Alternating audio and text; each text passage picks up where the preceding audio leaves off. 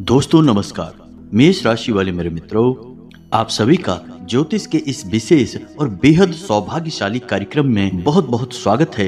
हृदय से अभिनंदन है। हम आपको डराना नहीं चाहते हैं, लेकिन यह चेतावनी देते हैं कि जितनी जल्दी हो सके उतनी जल्दी बंद कर दो ये 5 काम। जी हाँ दोस्तों, क्योंकि आपके जीवन में जितनी भी परेशानियां हैं, जितने भी कष्ट हैं, उन परेशानियों में कहीं ना कहीं इन 5 कामों का बहुत बड़ा योगदान है और आप जाने अनजाने इन 5 गलतियों को लगातार दोहराते चले जा रहे हैं, जिसकी वजह से आपके ऊपर किसी भी प्रकार की दैवीय कृपा अपना सकारात्मक प्रभाव नहीं छोड़ पा रही है। जी हाँ दोस्तों, हम आपकी जानकारी के लिए बता दें कि आपके जीवन काल में जो अभी परेशानियां चल रही हैं, उनका सबसे बड़ा कारक ग्रह कौन सा है। हालांकि हम अपने पिछले वीडियोज में भी इस विषय पर बात कर चुके हैं और इसी विषय को हम आगे बढ़ाएंगे, लेकिन इससे पहले हम आपको 5 ऐसी गलतियां बताना चाहेंगे जिन्हें आपको भूल कर भी नहीं दोहराना है, अन्यथा आपके जीवन में कभी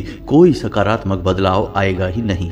क्योंकि जाने अनजाने आप स्वयं ही अपने आसपास के वातावरण में नकारात्मकता को भरते जा रहे हैं, या यूं कहें कि आप नकारात्मकता को आकर्षित कर रहे हैं। जी हाँ दोस्तों, इसी के साथ साथ हमारे कुछ व्यूअर्स ने हमसे कुछ प्रश्न पूछे थे, जैसे कि यदि शनिदेव का शिला स्वरूप हमारे आसपास ना हो, यानी कोई मंदिर है जिसमें शनिदेव की मूर्ति लगी है, शिला स्वरूप नहीं है, तब हमें क्या करना चाहिए। और छाया दान, जो कि बहुत ही महत्वपूर्ण विषय है, जिसके बारे में हमने अपने पिछले वीडियो में भी आपको बताया था कि आपको कम से कम 11 शनिवार तक छाया दान करना है। तो आज के इस वीडियो में हम आपको छायादान के विषय में संपूर्ण ज्ञान प्रदान करेंगे कि कैसे छायादान करना चाहिए और छायादान करने का सही समय दिन में किस वक्त होता है। तो वीडियो को पूरा देखें। आज के इस वीडियो में आपके जीवन से जुड़े हर एक विषय को विस्तार से बताया जाएगा और उससे भी ज़्यादा महत्वपूर्ण कि आपके द्वारा की जाने वाली 5 बहुत ही भयानक गलतियों के बारे में चर्चा की जाएगी। दोस्तों, इंसान का स्वभाव ही कुछ इस प्रकार होता है कि उसे अपने द्वारा किए गए अच्छे कार्य तो तुरंत समझ में आ जाते हैं, लेकिन अपनी गलतियां उसे कभी दिखाई नहीं देती हैं। लेकिन आप यकीन मानिए कि यही गलतियां आपको धीरे धीरे बर्बाद कर रही होती हैं। इसीलिए जिस इंसान को अपने जीवन में बड़े बदलाव लाने हैं, कामयाब होना है, या यूं कहें कि जीवन को सर्वोच्च शिखर पर ले जाना है, उस इंसान का यह मूल स्वभाव बन जाता है कि वह सबसे पहले अपनी गलतियों को ढूंढ ढूंढ कर निकालता है और उन्हें समाप्त करता जाता है। लेकिन दोस्तों, यह एक कठिन कार्य है, क्योंकि हमें स्वयं तो अपनी गलतियां कभी दिखाई देती नहीं हैं।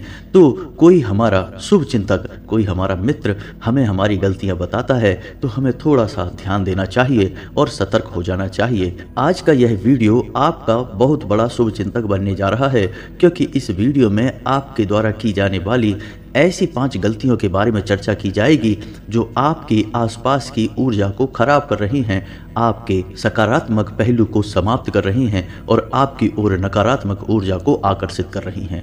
इसी के साथ साथ वीडियो के अंत में हम आपको एक ऐसा योग बताएंगे जो आपके जीवन में एक बहुत बड़ा बदलाव ला सकता है, आपको रातों रात करोड़पति बना सकता है। लेकिन इस योग का पूरा लाभ उठाने के लिए आपको कुछ ऐसे कार्य करने होंगे जिनसे इस योग की प्रबल शक्ति आपको पूर्ण रूप से लाभ प्रदान करेगी। तो वीडियो को पूरा देखें, शुरू से लेकर अंत तक वीडियो में बताई गई हर एक बात को ध्यान से समझने की कोशिश करें, क्योंकि यह वीडियो केवल और केवल आपके लिए बनाया गया है, आपकी समस्याओं को ध्यान में रखते हुए बनाया गया है। दोस्तों, यकीन मानिए कि इस तरह के वीडियो बनाने के लिए बहुत मेहनत लगती है, बहुत सारा अध्ययन करना पड़ता है, तब कहीं जाकर सार रूप में आपको ज्ञान प्रदान करना पड़ता है। इस सब मेहनत के बदले में हम बस आपसे यह चाहते हैं कि आप वीडियो को पूरा देखें और वीडियो में बताई गई बातों को समझकर अपने जीवन में उपयोग करें, जिससे आपके जीवन में खुशहालियां आए। और यदि आपके जीवन में थोड़ा बहुत भी बदलाव आ जाता है तो हम समझेंगे कि हमारी मेहनत सफल हो गई, माँ भद्रकाली के लिए हमारी भक्ति सफल हो गई। जी हाँ दोस्तों, तो चलिए वीडियो की शुरुआत करते हैं, लेकिन उससे पहले आपसे निवेदन है कि कमेंट में पूरे भक्ति भाव के साथ जय माँ भद्रकाली सहायता करो यह अवश्य लिखें। और यदि चैनल पर पहली बार आए हैं तो सब्सक्राइब करना ना भूलें और बेल आइकन को भी अवश्य दबा दें ताकि हम जब भी ज्ञानवर्धक वीडियोज अपलोड करें सीधा नोटिफिकेशन आपको प्राप्त हो जाए। जी हाँ दोस्तों, हम आपको बता दें कि आपकी राशि के जो जातक हैं इन्होंने अपने जीवन में बहुत संघर्ष किया है, बहुत कष्ट सहे हैं, बहुत कुछ सहने के बाद आप इस मुकाम तक पहुंचे हैं। लेकिन सबसे बड़ी विडंबना की बात यह है कि आपके वे अपने जिनके लिए आपने इतने कष्ट सहे, इतना सारा जीवन में तूफान आया, वे ही आपका सम्मान नहीं करते, आपकी भावनाओं की कद्र नहीं करते हैं। लेकिन हम जानते हैं कि मुसीबतों से कैसे लड़ना है, मुसीबतों में कैसे डट कर खड़े रहना है।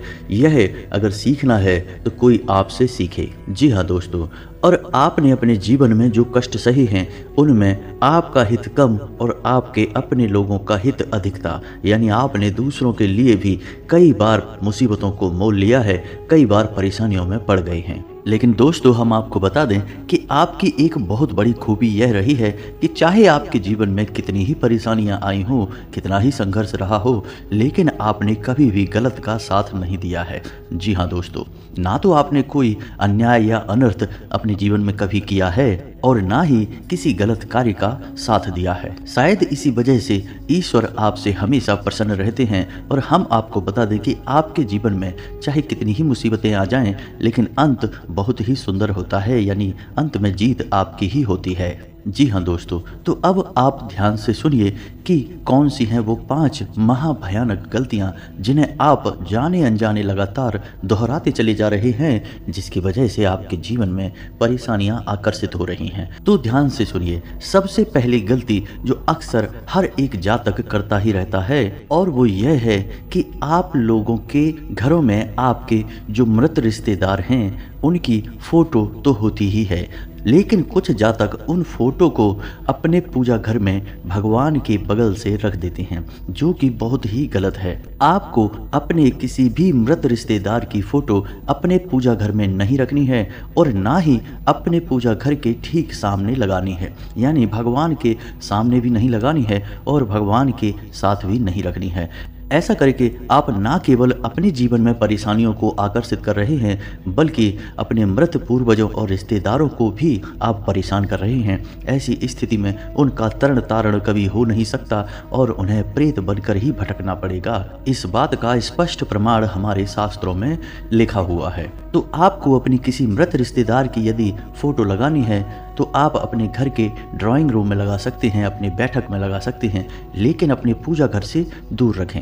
इसी के साथ साथ दोस्तों, कुछ लोग ऐसा करते हैं कि अपने पूजा घर में जो फूल चढ़ाते हैं उन फूलों को बाद में वहीं पड़ा हुआ छोड़ देते हैं और अगले दिन जब पट खोले जाते हैं, यानी पूजा घर के दरवाजे खोले जाते हैं, तो वे पुष्प वहीं पड़े रहते हैं। दोस्तों, ऐसे पुष्प यानी इन्हें हम बासे पुष्प कहते हैं, मृत्यु का सूचक होते हैं। और यदि कोई इंसान पूजा घर में पुराने पुष्प जिन्हें हम बासे पुष्प कहते हैं उन्हें रखता है तो उस इंसान के जीवन में नकारात्मकता आकर्षित हो जाती है। जी हाँ दोस्तों, इसी के साथ साथ एक और बहुत बड़ी गलती जो अक्सर कई जातक दोहराते रहते हैं वह यह होती है कि जो उनके पूजा घर में दीपक होता है उस दीपक में जो बाती होती है, जब दीपक जल चुका होता है तो अक्सर जातक ऐसा करते हैं कि अगले दिन की पूजा में उस बाती को उठाकर कहीं बगल में रख देते हैं और दोबारा से उसमें नई बाती लगाकर दीपक को प्रज्वलित कर देते हैं, जो कि बहुत ही गलत है। जब एक बार दीपक जलकर बुझ जाता है या समाप्त हो जाता है तो वह अशुद्ध हो जाता है। उसके बाद उस दीपक को पुनः धोकर शुद्ध और पवित्र करके फिर इस्तेमाल करना चाहिए, तभी आपके जीवन में सकारात्मकता आकर्षित होगी। इसी के साथ साथ दोस्तों, दीपक को लेकर कुछ और नियम है जो आपको बता देते हैं। जैसे कि जब आप दीपक प्रज्वलित करते हैं और आपके मन में कामना है कि आपके घर में माँ लक्ष्मी का आगमन हो, माँ लक्ष्मी का वास हो, यानी आपकी रुपए पैसे की परेशानी दूर हो जाए, तो आपको दीपक की जो बाती है उसका मुख उत्तर दिशा की ओर रखना चाहिए। ठीक इसके विपरीत कुछ जातक दीपक की बाती का मुख दक्षिण दिशा की ओर करके जला देते हैं, जो कि बहुत ही भयानक गलती है, क्योंकि दक्षिण दिशा में यम का वास होता है और इस तरह आप अपनी ओर मृत्यु को आकर्षित कर लेते हैं।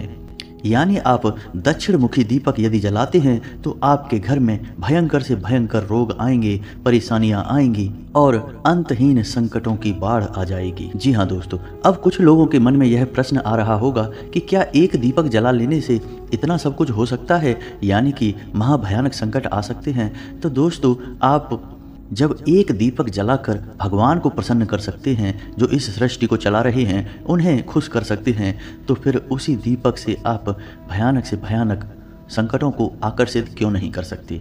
सब कुछ विधि विधान से निर्धारित किया जाता है, इसीलिए हमारे शास्त्रों में कहा गया है कि पूजा विधि विधान के साथ ही की जानी चाहिए। जिस पूजा पाठ में विधि विधान नहीं होता, उस पूजा पाठ का फल नकारात्मक प्राप्त होता है। जी हाँ दोस्तों, अब हम आपको बता रहे हैं कि कौन सी वह दूसरी गलती है जो आप लगातार करते चले जा रहे हैं।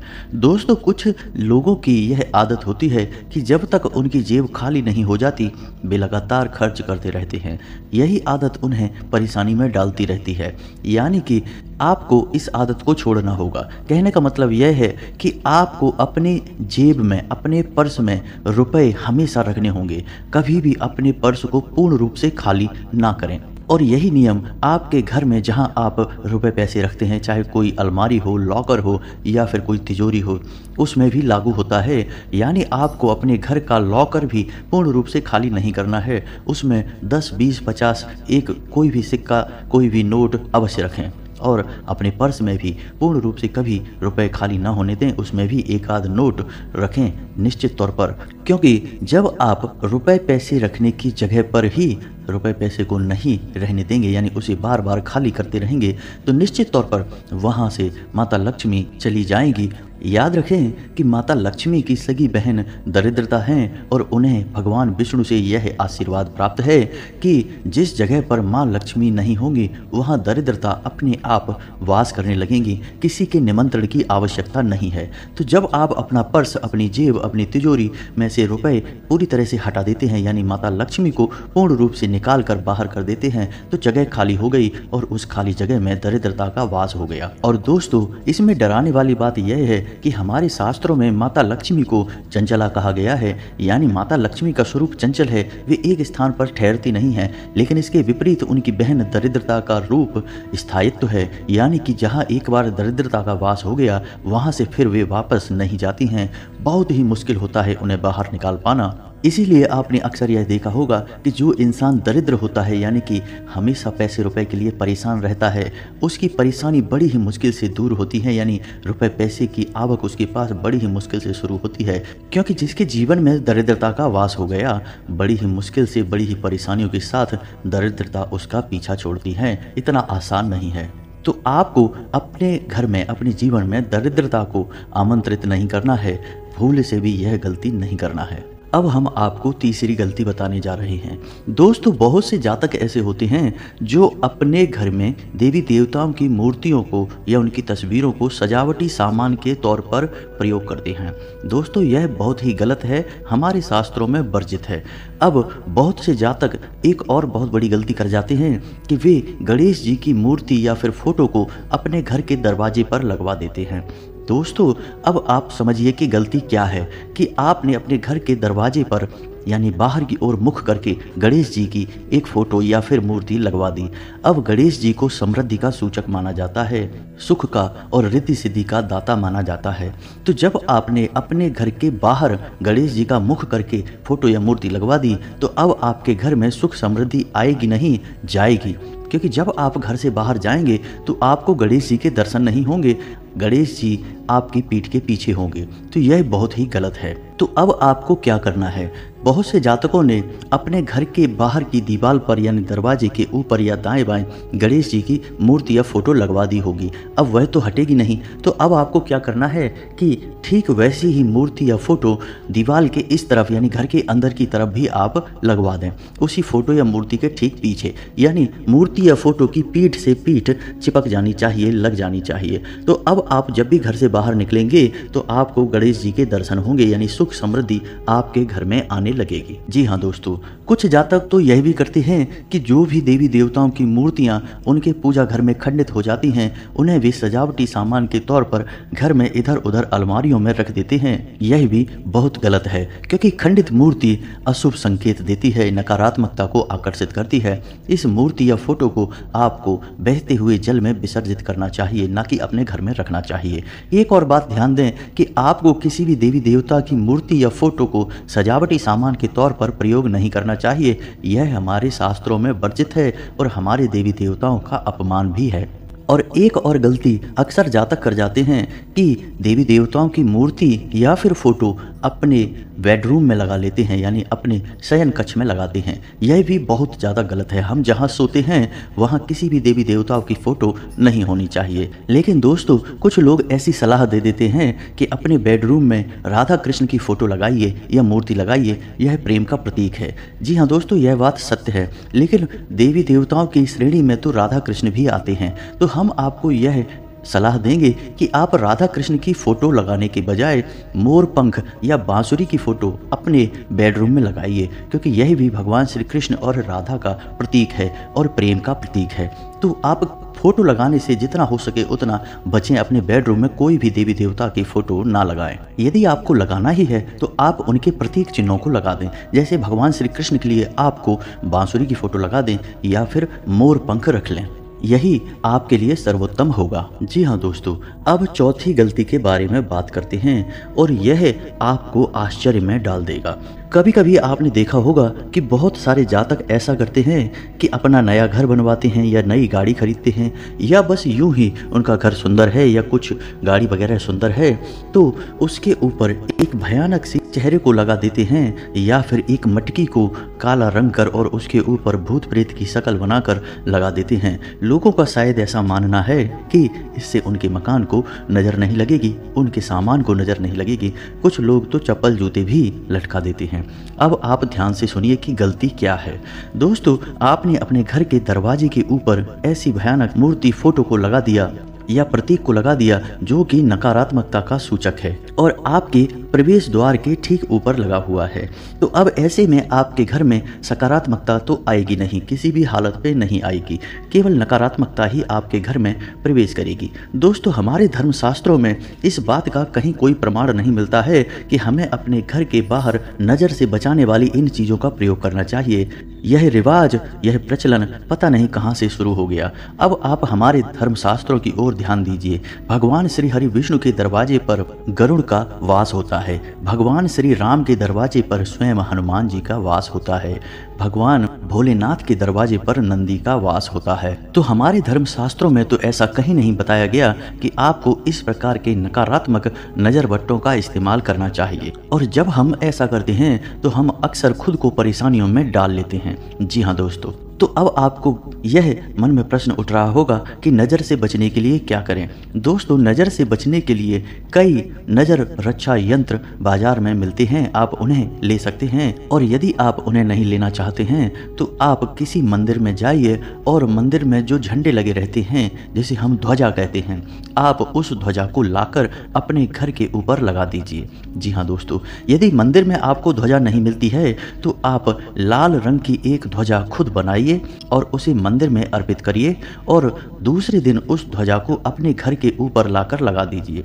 वह पूर्ण सकारात्मकता का प्रतीक होगा और ईश्वर आपके घर में प्रवेश कर जाएंगे। आपने महाभारत का वह वर्णन तो सुना ही होगा कि जब भगवान श्री कृष्ण ने हनुमान जी को विराजमान होने के लिए कहा तो हनुमान जी अर्जुन के रथ की ध्वजा के ऊपर विराजमान हुए थे। यानी हमारे धर्म में ध्वजा को देवी देवताओं का प्रतीक माना जाता है, इसीलिए हमारे मंदिरों के ऊपर शिखर पर ध्वजा समर्पित की जाती है, देवताओं को अर्पित की जाती है। तो आपको भी ऐसा ही करना है। इन नकारात्मक नजर बट्टों से आपको दूर रहना है। अब पांचवी गलती सुनिए दोस्तों, यह सुनने में आपको थोड़ा अजीब लग सकता है क्योंकि यह आपका निजी विषय है, लेकिन आपको इसकी जानकारी होना बहुत आवश्यक है। कुछ जातक ऐसे ऐसे होते हैं जो स्नान करते समय पूर्ण रूप से निर्वस्त्र हो जाते हैं, जो कि बहुत ही खतरनाक है। इससे उनके ऊपर बहुत भयानक पितृ दोष लगता है। दोस्तों, हमारे शास्त्रों में ऐसा वर्णित है कि हमारे पितृ जब हम स्नान करते हैं उस समय हमारे वस्त्रों से टपकने वाले पानी को स्वयं ग्रहण करते हैं, और जब हम पूर्ण रूप से निर्वस्त्र होकर स्नान करते हैं तो हमारे पितृ हमसे नाराज हो जाते हैं और पितृ दोष हमें लगता है। तो आपको पूर्ण रूप से निर्वस्त्र होकर स्नान नहीं करना है। जी हाँ दोस्तों, वैसे तो यह आपका निजी विषय है, लेकिन हमारे शास्त्रों में हर एक विषय को बड़ी ही खूबसूरती से और गहराई से बताया गया है, समझाया गया है, तो आपको इसकी जानकारी होनी बहुत ही आवश्यक है। अब बात करते हैं कि कुछ जातकों ने पूछा था कि छायादान कैसे करते हैं। तो ध्यान से सुनिए कि छायादान क्या है और कैसे किया जाता है और छायादान करने का सर्वोत्तम समय क्या है। दोस्तों, आपको छायादान सूर्यास्त के बाद ही करना चाहिए, क्योंकि वह छाया काल ही माना जाता है। आपको शनिदेव के मंदिर में जाना है। शनिवार के दिन रात में, यानी कि 8 या 9 बजे के आसपास आपको मंदिर में जाना है। वहाँ शनिदेव का पूजन अर्चन करना है और उसके बाद एक मिट्टी का बड़ा दीपक लेना है। जब आपकी पूजा समाप्त हो जाए तब आपको उस मिट्टी के दीपक में तेल भर लेना है। याद रखना है कि तेल सरसों का होना चाहिए और दीपक पूरा भर जाना चाहिए, जरा भी खाली ना रहे। फिर आपको उस दीपक में अपने आप को देखना है, यानी उस तेल में अपने आप को देखना है। तो जो दीपक में दिखेगा वह आपकी छाया होगा। जी हाँ दोस्तों, और वही छाया आपको शनिदेव को अर्पित करनी है। अब आपको जब वह छाया दिखाई दे तो थोड़ी देर उसे देखने के बाद वह दीपक शनिदेव के सामने रख दें और उसके ठीक बाद तुरंत मुड़कर अपने घर वापस आ जाएं। किसी से कोई बात ना करें, रास्ते में कहीं भी रुकें ना और पीछे मुड़कर भी नहीं देखें, और घर आने के बाद सीधा स्नान करके शुद्ध हो जाएं, पवित्र हो जाएं। इसे छायादान कहा जाता है। शनिदेव को छाया पुत्र कहते हैं और उन्हें छायादान बहुत अधिक प्रिय है। शनिदेव की पूजा करते समय आपको कुछ बातों का ध्यान भी रखना चाहिए। शनिदेव का शिला स्वरूप ही आपको पूजनीय है, आपको पूजन करना चाहिए। और यदि शनिदेव का मूर्ति स्वरूप है तो कभी भी शनिदेव की आंखों में नहीं देखना चाहिए। कभी भी शनिदेव की मूर्ति के सामने खड़े होकर पूजन नहीं करना चाहिए। थोड़ा बहुत दाएं या बाएं होकर पूजन करना चाहिए, क्योंकि शनिदेव के बारे में ऐसा कहा जाता है कि यदि शनिदेव की दृष्टि किसी के ऊपर पड़ेगी तो उसका अनर्थ अवश्य होगा, उसका विनाश अवश्य होगा। तो आपको शनिदेव की दृष्टि से बचना चाहिए। कभी भी शनिदेव की मूर्ति की आंखों में आंखें डालकर दर्शन नहीं करने चाहिए, आंखें झुकाकर ही दर्शन करने चाहिए। शनिदेव की मूर्ति के सामने खड़े नहीं होना चाहिए। अब कुछ जातकों का प्रश्न था कि यदि शनिदेव की मूर्ति ही है मंदिर में, शिला स्वरूप नहीं है, तो ऐसी स्थिति में क्या करें।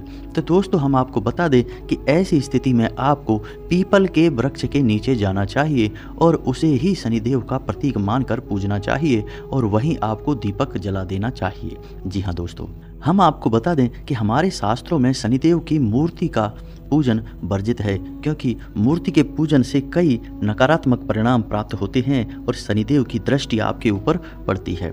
शनिदेव की मूर्ति के विषय में यह भी वर्णन मिलता है कि हमें कभी भी अपने घर में शनिदेव की मूर्ति नहीं रखनी चाहिए, ना ही शनिदेव से जुड़ा कोई प्रतीक रखना चाहिए, यानी शिला स्वरूप हो चाहे मूर्ति स्वरूप हो, हमें अपने घर में नहीं रखना चाहिए। और ना केवल शनिदेव बल्कि कई और ऐसी मूर्तियां हैं जिन्हें भूले से भी हमें अपने घर में नहीं रखना चाहिए, वरना हमारा बहुत बड़ा अनर्थ हो जाता है, यहाँ तक कि हम मृत्यु तक को आकर्षित कर लेते हैं। लेकिन इस विषय पर हम आपको किसी और वीडियो में बताएंगे। यदि आपको इस विषय पर वीडियो चाहिए तो आप कमेंट करके हमें बताएं, हम आपके लिए पूर्ण जानकारी से भरपूर एक विस्तृत वीडियो इस विषय पर भी बना देंगे। तो दोस्तों, आज के लिए वीडियो समाप्त करते हैं। यदि आपको वीडियो में दी गई जानकारी अच्छी लगी है तो आप वीडियो को एक लाइक करना ना भूलें और कमेंट में पूरे भक्ति भाव के साथ जय माँ भद्रकाली मदद करो लिखना ना भूलें। माता आपका कल्याण करेंगी। मिलते हैं अगले ज्ञानवर्धक वीडियो में, तब तक के लिए धन्यवाद।